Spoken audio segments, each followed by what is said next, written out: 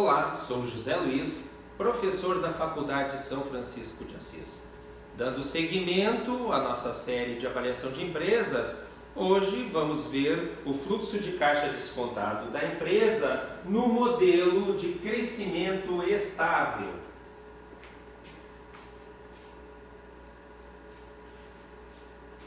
O modelo de fluxo de caixa da empresa de crescimento estável, ele deve ser utilizado por empresas estabilizadas em termos de taxa de crescimento.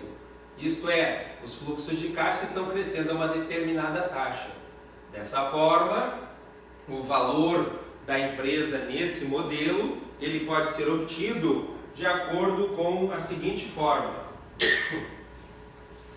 O valor da empresa vai ser o fluxo de caixa livre do acionista do período 1, trazido a valor presente, descontado pelo custo médio ponderado do capital, menos uma taxa de crescimento perpétua. Então, é dessa forma que a gente encontra o valor da empresa no modelo estável.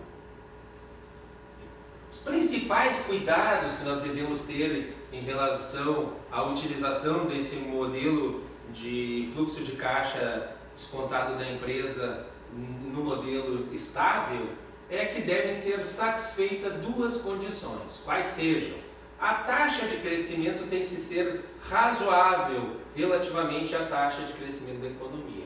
Como o modelo é de taxa de crescimento estável, significa que, obrigatoriamente, a taxa de crescimento da nossa empresa não pode diferir em muito da taxa da economia como um todo. E a segunda condição é que os desembolsos de capital e a depreciação têm que ser coerentes com os pressupostos de crescimento estável.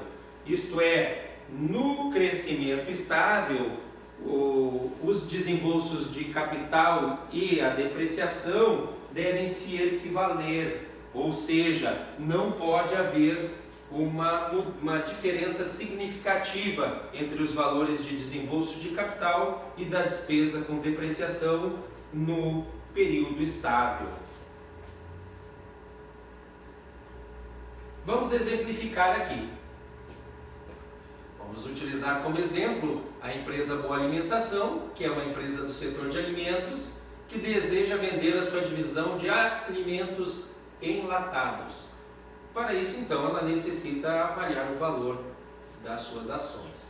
Os motivos que justificam a utilização do modelo de fluxo de caixa estável são: a divisão de enlatados está estabilizada, é uma grande empresa, participante de um mercado que é altamente competitivo, então não poderia sustentar um alto crescimento, né? Devido então a esse mercado altamente competitivo. Logo, ela tem uma taxa estável próxima do mercado.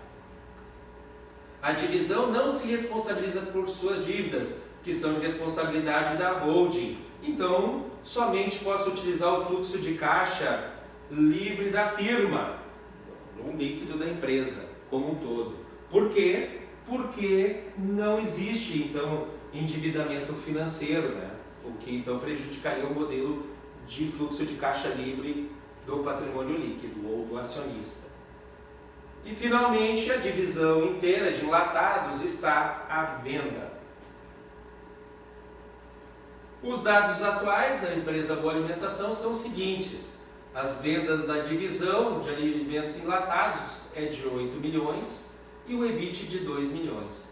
Os desembolsos de capital são da ordem de 750 mil e a depreciação 650 mil. A variação do capital de giro corresponde a 5% da receita em média, representando 170 mil no período atual. E o coeficiente de endividamento médio de empresas comparáveis no setor é de 24%. O custo da dívida na maior empresa da indústria é de 8,6% e a taxa de crescimento do fluxo de caixa livre da firma é de 6%. A alíquota dos tributos, imposto de renda mais contribuição social, é de 34%, e o beta de empresas comparáveis é 1,08. O bônus do Tesouro, a taxa livre de risco, é de 7,5%.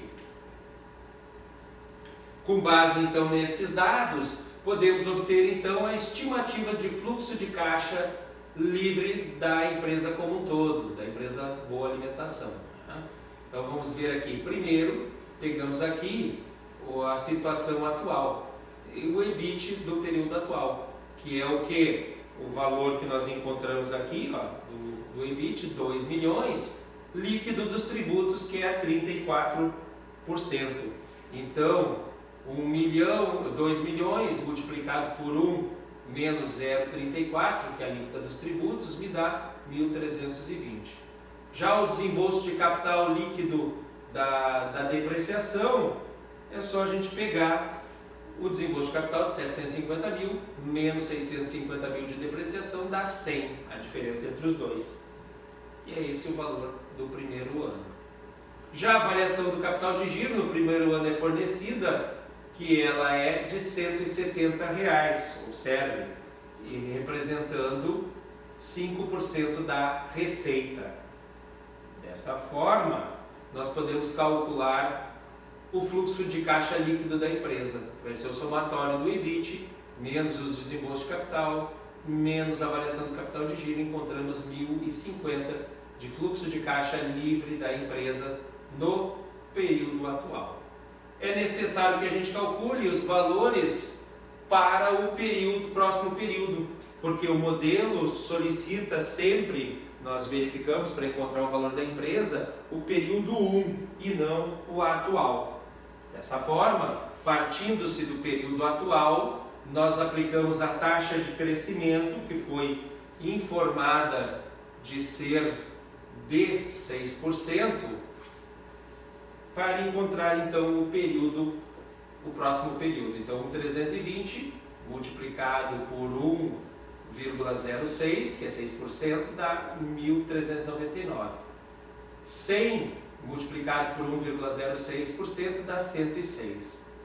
Já a variação do capital de giro, nós vamos pegar a receita atual, que é de 8 milhões, vamos aplicar a taxa de crescimento de 6%, para chegar então na variação da receita, e multiplicar pelo percentual de capital de giro, que é de 5% sobre a receita. Encontro a variação do capital de giro de 24.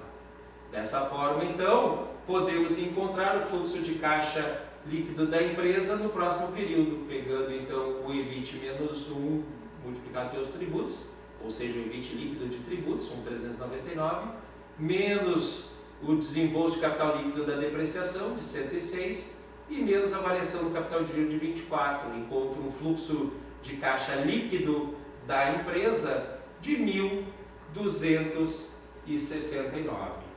Próximo passo é então nós calcularmos o custo do capital com base em empresas comparáveis. O custo do patrimônio líquido é obtido da seguinte forma: vamos pegar a taxa livre de risco, 7,5, mais o beta das empresas comparáveis, que foi fornecido de 1,08 da indústria, né, como um todo, qual a empresa opera, que é a alimentação de enlatados, né, multiplicado pelo prêmio de risco, encontro então 13,44% do custo do PL. Já o custo da dívida, que foi fornecido, é de 8,6%, né? Então nós pegamos o custo da dívida da maior empresa da nossa indústria e tiramos os tributos, menos os 34% de tributos, encontra o custo da dívida líquida de tributos. Com esses dois dados, o custo do PL e o custo da dívida, nós podemos encontrar o custo médio ponderado do capital. Vamos pegar então o custo do PL, 3,44, e verificar qual é o percentual que o PL representa em relação ao ativo total. Observem aqui que o endividamento médio de empresas comparáveis é de 24%. Logo, se o endividamento é de 24%, 1 menos 24 dá 76% de capital próprio. Então, vamos pegar 0,76 para o capital próprio. Pego o custo da dívida e multiplico pelo percentual de endividamento, que é de 24%. Ponderando-se, faço a soma algébrica e encontro um custo do capital, que é o custo médio ponderado do capital, de 11,58%. Dessa forma, o valor estimado da nossa empresa, com base no modelo do fluxo de caixa líquido da empresa no modelo estável, é apresentado a seguir. Observem, nós vamos pegar então o fluxo de caixa livre da empresa como todos, que nós encontramos de 1.269, aqui ó, 1.269, em T no período 1, né? E trazer a valor presente, descontado pelo custo médio ponderado do capital, 11,58, que nós acabamos de encontrar aqui, líquido da taxa de crescimento da perpetuidade, que é de 6%. Dessa forma, encontramos então o valor da divisão de enlatados, que será de 22.742.000. Obrigado a todos e até a nossa próxima aula.